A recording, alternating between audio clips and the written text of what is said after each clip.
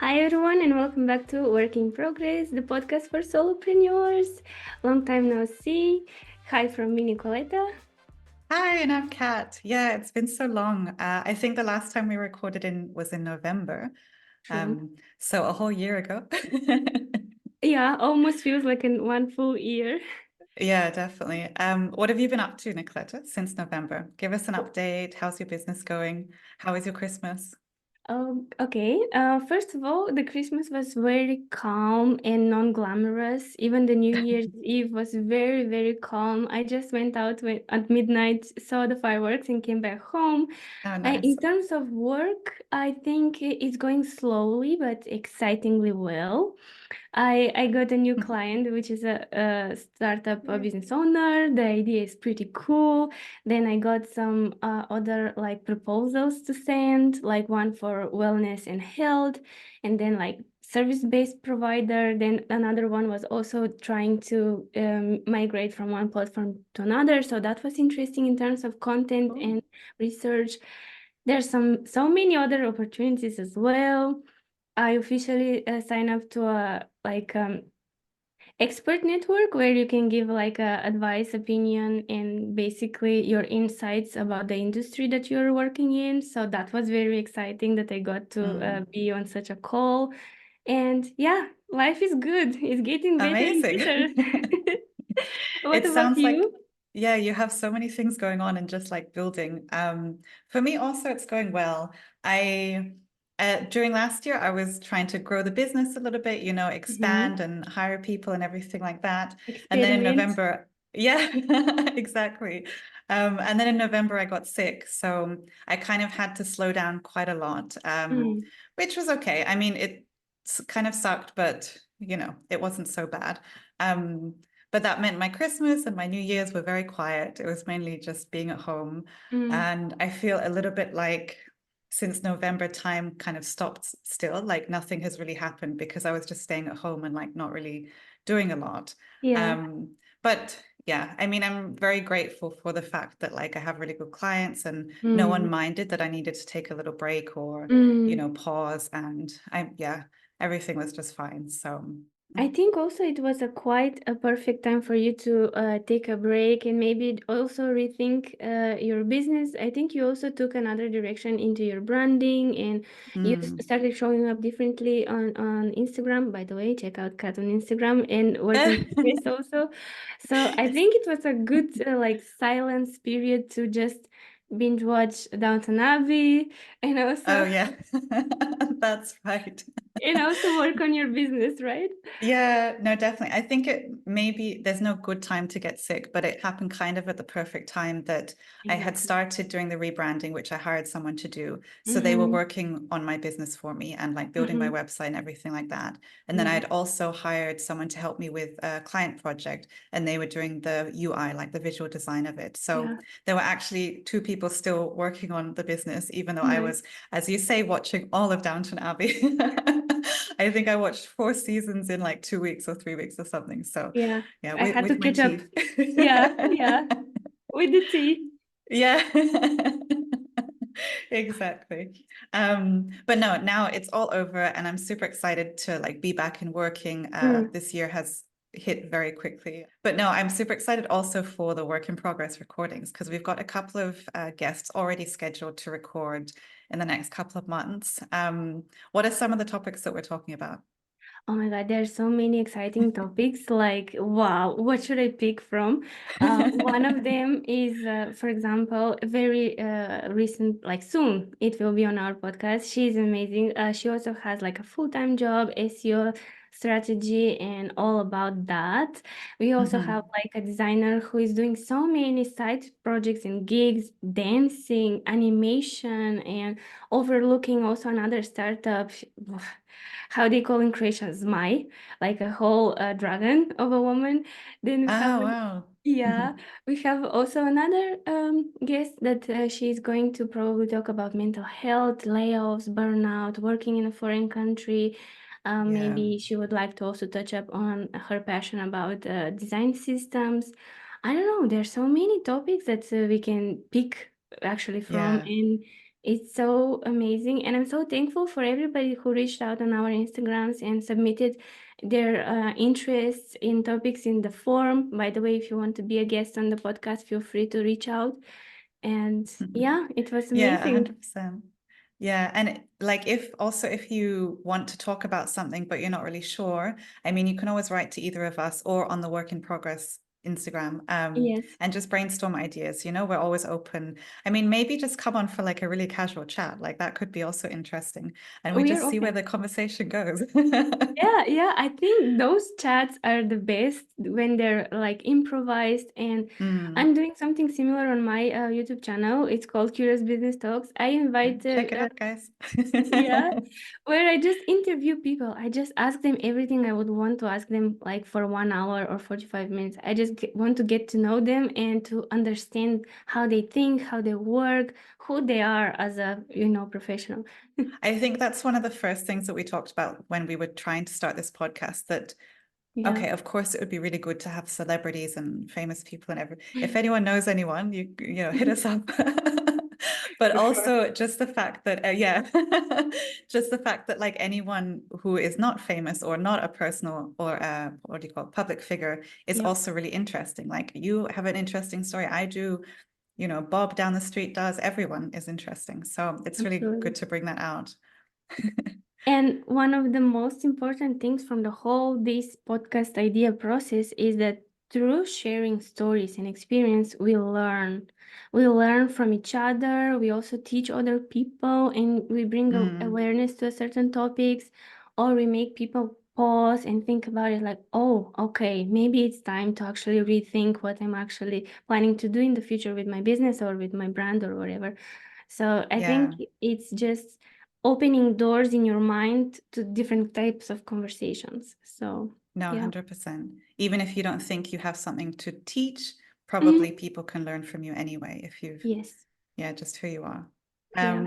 Speaking of beginnings, Yes. and the beginning of this podcast, one of when we first started talking about recording this podcast, Nikoleta and I joked, well, we were talking about buying equipment and like how we would produce this thing. And we were joking about having lav mics and not having like a proper setup and Yeah. putting it on like a hand cream. So Yeah. I recently bought a lav mic and now I have in front of me a hand cream with the lav mic on top. So that's my professional setup. And that was my setup when we started. Yeah, exactly. I actually have a box of tissues and then a hand cream and then the lav mic. So professional, guys. It's getting better and better. That's the important part, that we're progressing. Our backgrounds also look better if you're watching on YouTube. The Yeah. lighting is still not. I forgot to turn on the light. Oh, I forgot also to turn it on. Should we turn them on now? Yes. Sorry, guys, it's been a long break. Is it better now? Yes, This you is look such a so bright now. blooper. It's great. So, on that note, what we were actually planning to talk about today was our beginnings, because it's a new year and it's good to look back on where you've come from and really appreciate maybe the shitty projects that we've had in the past, or like the really low Budget how do you ones. say, exactly, very low budget, and what we've learned from those experiences, and yeah, what we can teach everyone. So Yeah. how about you, Nicoletta? When you started, do you have any crazy stories? Wow, so many. And I'm like, I'm working like since 2020, like working, like in a company, and then later started freelancing. But my freelancing actually, when I was like on my own, not working anything else, just freelancing and nothing else, started 2020, January. And I have here my platform open. I started on Fiverr. As this is my personal experience. I was like, where can I get the most experience, the fastest way, and to touch as many industries as possible so I can figure out quickly and fail Yeah. quickly, how they say, what is for me and what is not for me. And I think Mm, through that platform, I polished my process. I found out which kind of clients I don't want to work with. I found out that there are high-paying clients that really valued your work. Those that are paying less want many revisions, and so on and so on. So yeah. many lessons. Yeah, I had some ridiculous budget project, for example, website update for $50. Like for 50, page 50, 50. yeah. Yeah, Oh, wow. for a page or something like that. But since Yeah. the business owner was also a Bulgarian operating in Texas, and they also had like a very interesting idea because they were selling cannabis infused products, and I was like, I want to learn more about that, and I'm Oh, just going to cool. go for it. So that Yeah. was kind of trade-off because I was like, they have e-commerce, they have like physical stores where they supply their products, but they also want to sell online. And it was on Mm, Wix, and it was quite interesting for me to get the platform in from the inside from that perspective. So yeah, I was like trading skill for money, and I was like, I'm taking it. I'm taking every opportunity that exactly. suits my interests. So that Yeah. was fun. I think at the beginning, sometimes we need to do that, as you said, like testing with different markets and different clients Mm, to figure out actually what you want. I think, yeah, I guess it's what we all have to go through. And have you ever had any really horrible clients, just really bad experiences, not including the low money part? mm. Yes, I think they were not horrible clients. They were just very demanding, and how to say, maybe because they perceive the platform as a cheap platform where they can get like as much as possible for less money. I think that is Mm, the bias towards Fiverr. I think they just wanted so much more than I offered already, and it was a yeah, challenging but very learning experience, and that's how I learned a lot about my personal and professional boundaries. But except the low budget, there were lots of clients who were teaching me different things. One of them boundaries, other were like how to scope and make a proper proposal for a specific mm, need, and how to outline specific services of mine that will be of their use. It was really also teaching in terms of, okay, I offer that, but they really need this. Can I shape my mm, services in order to help them with that specific thing? And also when to say yes and when to say no. There were lots of projects where I was like, okay, we can do this, but I cannot do this. And I didn't okay, became like greedy and over promise and then under deliver, because I yeah, learned through so many articles and videos online that that's not the way to do it. yeah, And definitely, also, I would feel horrible and super insecure if I say, yes, I can do this, but actually I cannot.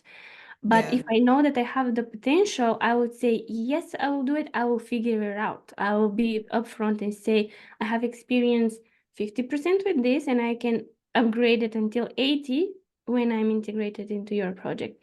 And that's yeah. that. So, yeah. Okay.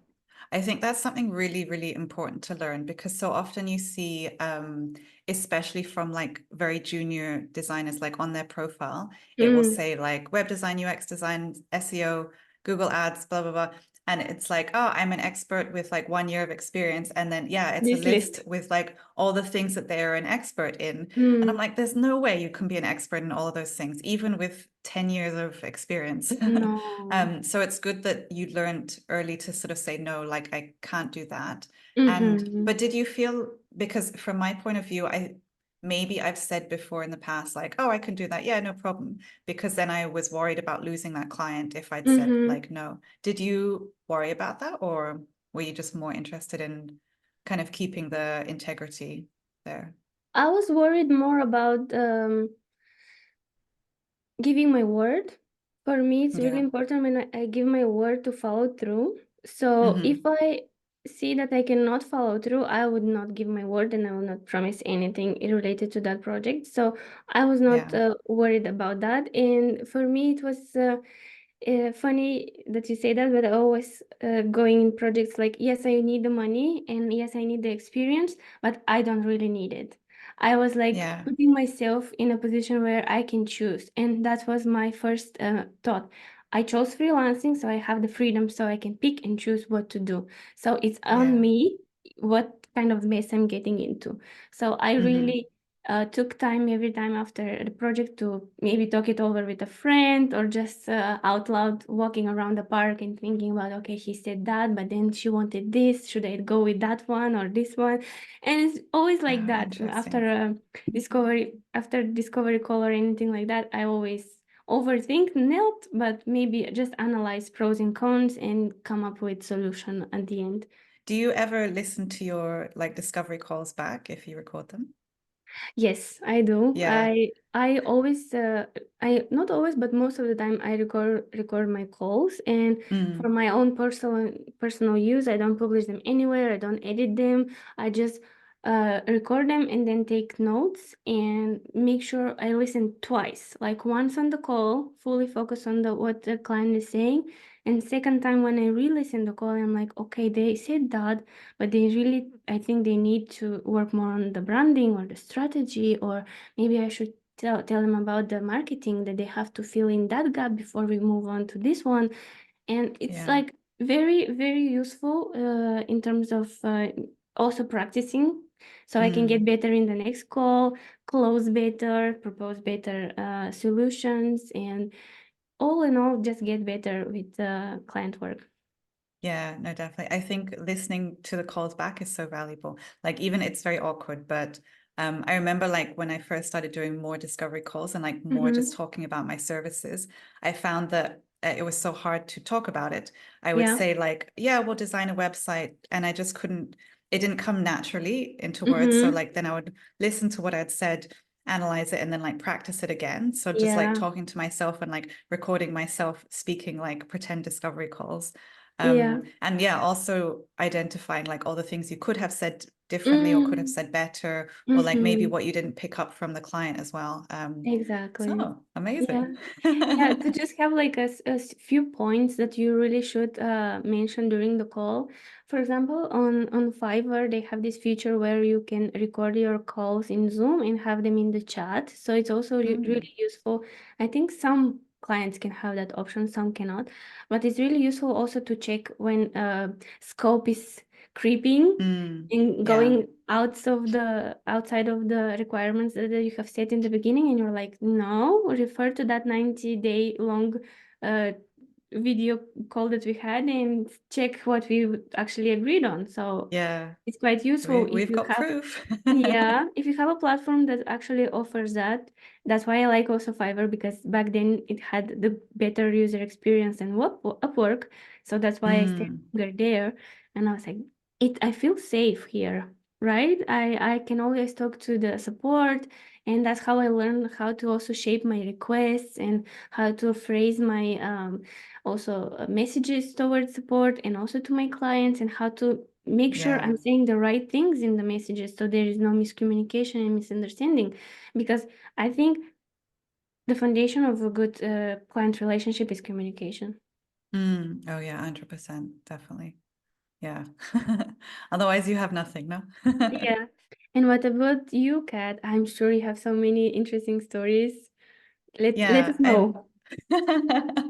well, I also started on Fiverr, similar to you. It was, yeah, why are you surprised? I don't know. I always thought you pick up some freelance project from Bali. I don't know, Dubai or London. I was like, she probably started with the neighbors or with the friends. I don't know. Ah, okay. I mean, I did some like that, but then also with Fiverr as well. I did two projects on Fiverr. The first one was like a business card, Uh-huh. um, and I think it was like $5 for a business card. And then I kept in Graphic touch with the design. person. Yeah, well, when you start off, I'm just like, I'll do anything Yeah. for that five Experiment. euros. Yeah. And then the second project was a mobile app. Mm, So basically, startup. yeah, yeah. But wait, it was quite a disaster. So when I got on Fiverr, you know that you have to really put your profile up to, Yes. stand out because there's so many people. So So in the competitive. languages section, they asked what languages I spoke. I put, yeah, English, Spanish, and German, which Mm, I do speak Spanish and German, but not like at a level that I can work in. mm, Especially at that time, it was when I just moved to Germany. So my mm-hmm. German level was like ordering food and like, how are you? Like, how many brothers do you have? Do you like oranges? Like these sort of conversations. Duolingo level. Yeah, exactly. But I put it on the profile, like whatever. Yeah. And some guy wrote to me, like someone in Germany, and Mm, I guess I was the only UX design person he found with German mm, as a language. So mm. we had all the communication in German, which, as you said, the communication is really important for the client project. so this was where the first issue was. Mm. So it was, this client was basically like a pickup artist, you Okay. know, so like he wanted to help other men to be able to pick up women. And yeah, so oh. And if you Oh. know about this community, it's generally not, I mean, I'm all for like teaching men how to be more confident and like build better Yes. relationships with women and that sort of thing. But generally, Mm. this community is not like that. It's more Mm. about like how to manipulate women and like trick them Oh. into like sleeping with you, basically. It's not like Okay. about building relationships. It's just like Doesn't fucking, have you know. strong core values. Yeah, exactly. So Okay. the app was like game to help you like on a date. There was nothing like Mm. particularly sexual about the app or anything like Okay. that. It was kind of like it would give you like cards that you go through, and so if you're on a date with someone, it like starts a conversation. Actually Icebreakers. quite, yeah, like kind of Yeah. a good idea. Mm-hmm. So I designed the app for 70 euros, an entire Okay. app, which is Yeah. very, very low, obviously, for a mobile app. And then I kept working with this guy afterwards. And Mm-hmm. that's like really, I don't know where all the problems started, because he asked me to design an ebook, Mm-hmm. which again, coming back to what you had said, like, don't just promise stuff.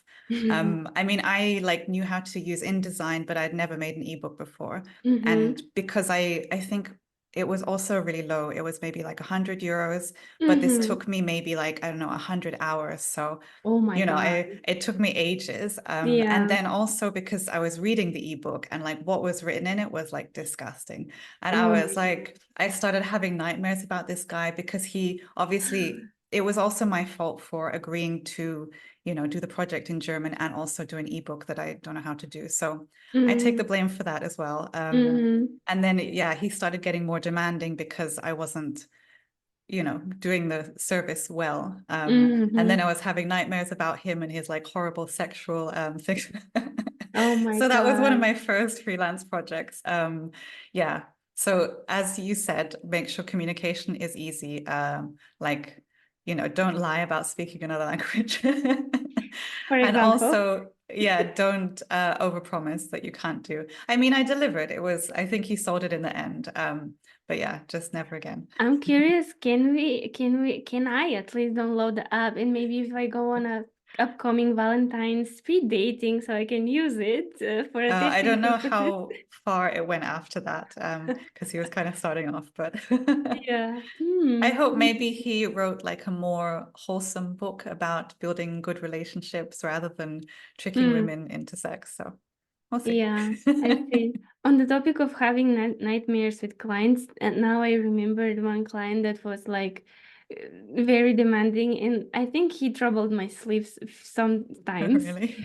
Yeah, a few times. It was about Australian nursing home, and they wanted to do a redesign, and he wanted so many things done and so many revisions and changes. So I have that same feeling, like you said. I agreed to it, and then I kind of bend the knee intentionally Mm, because the project was quite interesting for me, and I wanted to work with someone who is from that side of the world and also have the yeah, international experience to have this style of communication. I was like, okay, let definitely. me bend my knee this time and swallow my pride and just try and see how it goes. But it was a horrible mistake, and I should have said no in the first place. But yeah, I totally Yeah, understand.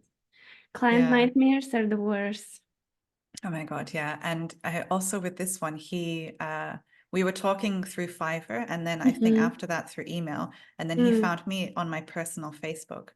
And at this, and like wrote me there. I was like, Oh my what the God. fuck? Yeah, no. That was weird. Yeah, it was, I guess that crossed boundary for like on his side, but Yeah, yeah. for But sure. I think these type of stories are so normal, like when people are starting off, because as you say, you do want to work with different clients and in different fields that Mm. you kind of will accept anything. Yeah, because how later you can say like I had experience in this industry, because there's so many Yeah, interesting projects that you want to work on. But for example, they say we specifically search for someone who has in like very much like 5 years experience in fintech, or I don't know, dating. I don't have experience that much in dating. I did one consultation for a dating mobile app, but I want to do Mm, more. So would you discard my little experience that is so like mini compared to someone that mm. has 5 years? I mean, it really depends what you're looking for. So Yeah, no, definitely. And I think it's okay for like junior designers, like when you're starting off to do this. I just don't like mm-hmm, that when you know, when we start doing that a lot, then clients who are coming, especially to, as you say, like the cheaper platforms, that then they'll mm-hmm, take advantage of that or like not really have yeah, respect because I yeah, guess they think like, oh, if I'm only paying them like 20 euros or something, then I don't need yeah, to treat them like a professional. And it's like, no, yeah. but they're still doing the work, even if it's only like a smaller amount. You still need to have respect both Absolutely ways. agree. Yes. Yeah, absolutely agree. And we have to also promote this professionalism from this kind of service providers as well, because how someone treats you is depending on how you let them treat you. So it's really Mm, important how you set the tone in the communication. If they say jump and yeah. you jumped very high, then they will be okay. I'm gonna make them jump higher and higher. So Mm, it is okay if they are paying you 10,000 euros or dollars, but if they pay you $50, that doesn't make sense. So you yeah. really have to weigh on what is appropriate and what not in certain situations, but it really depends. Mm, yeah, 100%. Also, when you start in the beginning, you will be tempted to probably have some projects for friends and family. Now, this type of projects are specifically categorized in a very complex dynamic, like business and friendships, or even if you design something for your partner or do something for your partner, it can be very tricky. And my advice is to make sure you separate the two, even if it's your best friend and you know each other. Same thing if you move out to live together. We're completely different people in different setting. So you Yeah. may be very how to say, free, open-minded, and like nonchalant in your day-to-day life. But when it comes to business, you can be very strict and demanding, and you want certain things done in certain way. So make sure you align your expectations in the beginning. Also have a contract and also stick to the contract, because otherwise everything will go down the drain and nothing will actually the whole project will not reach that stage where it can actually blossom and it can be actually something that you plan to create. And don't how to say, rely on the, oh my, it's my friend, she will do that or he will do that, and everything will be fine. You need like a clear requirements and instructions on how to follow through. So I think that's very important. Do you have any Yeah. experience with that? Also. Yeah. One of my friends worked for a business and or Mm-hmm. worked for a company, and she recommended they needed a new website or something. So she recommended me. And then Mm-hmm. I was kind of in touch with the, I guess, the CEO or like her Mm-hmm. manager. And, you know, at first he was like, oh, yeah, no, I'm really into it. And I kind of sent the proposal and he Yeah. agreed, like in the email, like, yeah, let's go ahead, like, let's go for it. And I think because yeah, I was early off, so I didn't ask for a deposit. And also because my friend worked there, I kind of I didn't, yeah, I guess I didn't want to be like pushy because at Yeah. that time I felt like that was me being pushy, where it's just like a normal thing. Mm-hmm. And then I think I started working on some designs, and then the boss like ghosted me completely after like agreeing, like, yeah, I agree to this, like, let's go forward. But then I didn't Mm-hmm. want to, I think, of course, I wrote to him like, hey, like, is there any update or something? But I didn't want to like cause issues because then it's like one of my closest friends, like, who works there, that then if Yeah, she would have problems with him or something like that. So, I mean, exactly. luckily, I didn't do too much work Mm-hmm. before I realized that he had fucked off. um, but it was a good learning. Yeah. Yeah. How about Also, you? when you are the middleman into recommending someone else, that's also very tricky situation. I haven't Yeah. been in that position yet to recommend someone for such a big thing, but I would gladly connect people and leave them on their Mm. own. Like, figure out if you're a good match, yes. If not, also fine. But I think that's also like one domain that is very, very tricky to enter. Yeah, no, exactly. And since we can talk about this topic for days, I think maybe it's time to wrap it up a little bit, and maybe remind them to update their LinkedIn profile to insert more keywords. And even though if they don't have the permission to share which exactly projects they were working on, at least write down the deliverables and the things that you actually contributed to the project. Also, maybe reach out to previous clients that you had kind of good send off and good relationship, and ask for recommendations or testimonials, or just Mm. ask them if they have any more work for you. All in all, Yeah. clean up that contact book or whatever you have, and see what is out there. If you are struggling to find new opportunities, just check what's happening from the past. Yeah, exactly. I think it's always really worth like checking in with your clients. Sometimes just seeing like, oh, how's your business going? I hope everything's going Yeah. well. And then, you know, just to keep on top of their mind also, if like maybe they don't have something now, maybe in a year Mm-hmm. they might have. I think, I don't know, for me, this seems to be really working, like just Yes. connecting with people and like playing for the long term. And Yes. then when it comes back to when they actually need a project, I feel like I don't Mm-hmm. have to actually sell myself so much because Mm-mm. we've already built like a good connection. So Yes. talk to everyone. Yes. Yeah, and exactly. Talk about your services, talk about what you're excited about, Mm, and make sure you also think about how you sell and when is the right moment to sell. Recently, off topic, but I had so many people pitch in my inbox on Instagram to sell me services that I don't really need. And mm. in for example, they would try with the liking a post, commenting on a reel, then jumping straight into my DMs and asking me, uh, if it was something like this, how would you what would you invest into solving that pain point or problem? Like, girl, I'm not there Okay. yet. We just met. You cannot straight up jump into the solving the problem and selling me your service. I don't know you. Oh, I don't yeah, yeah. trust you.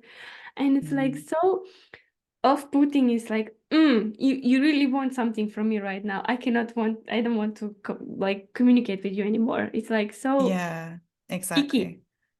Yeah, like assuming that they know what your problem is and that they already have a solution for it. I mean, Mm-hmm. I've also had like people coming in and they're saying like, oh, you know, like I can help you, you know, what was it?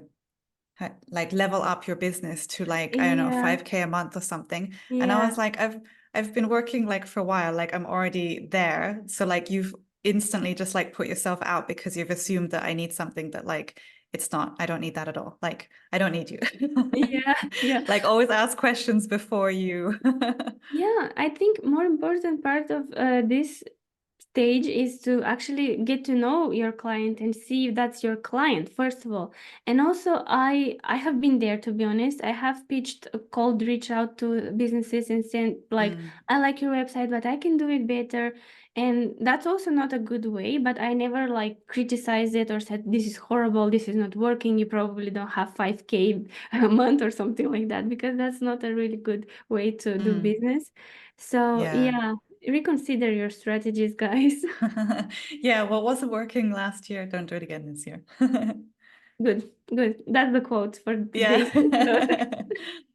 All right. So as we said at the beginning of the episode, if you want to be on, just reach out to us. Also, if you have any comments, we're always we have open ears for your feedback, constructive criticism, we hope. Yes. But yeah, reach out. We're always down to chat. Yeah, if you have any topics in mind, any questions, if you're looking for advice, feel free to reach out and follow us on Instagram, subscribe on YouTube, and stay tuned for more episodes. All right. Bye. Bye bye.